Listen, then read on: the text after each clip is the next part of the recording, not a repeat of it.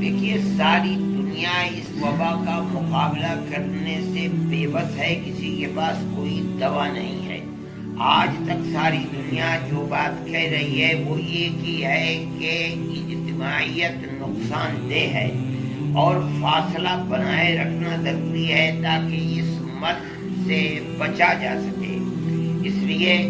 ہمارے بزرگوں نے، علماء نے، سب نے مل کر کے ساری دنیا کے اندر یہ فیصلہ کیا کہ اجتماعیت مذہبی مقام پر ہوتی ہے، مسجد کے اندر بھی ہوتی ہے۔ اس بنیاد کے اوپر جماعتیں مسجد کے اندر نہ کی جائیں بلکہ اپنے گھروں کے اندر پڑھیں۔ چنانچہ اس کے اوپر ہندوستان میں بھی عمل ہو رہا ہے۔ اب سامنے رمضان کا مہینہ ہے جو بڑی خیر و برکت کا مہینہ ہے، اور مسلمان اللہ کی رحمت اور اس کی مغفرت کو حاصل کرنے کے لیے رمضان میں اجتماعیت کرتے ہیں اور مسجدوں کے اندر مجمع ہوتا ہے۔ لیکن چونکہ موجودہ صورتحال انتہائی گمبھیر ہے اور مرض ہندوستان کے اندر بھی بڑھتا چلا جا رہا ہے، بچنے کے لیے یہ ضروری ہے کہ تراویح کا اہتمام خاص طور پر جس طرح ہم اب تک مسجدوں سے الگ ہو کر کے جماعت کرتے ہیں، اسی طرح تراویح کو بھی اپنے گھروں کے اندر پڑھا جائے۔ مسجد کے اندر صرف امام اور مؤذن اور زیادہ سے زیادہ 2-3 آدمی اگر پڑھ لیتے ہیں کوئی حرج کی بات نہیں ہے، چاہے تراویح علم تر کیف سے پڑھنی پڑے یا پورا قرآن اگر کوئی حافظ ہے تو وہ پورے قرآن کو پڑھے، لیکن اجتماعیت کے ساتھ نہیں، ورنہ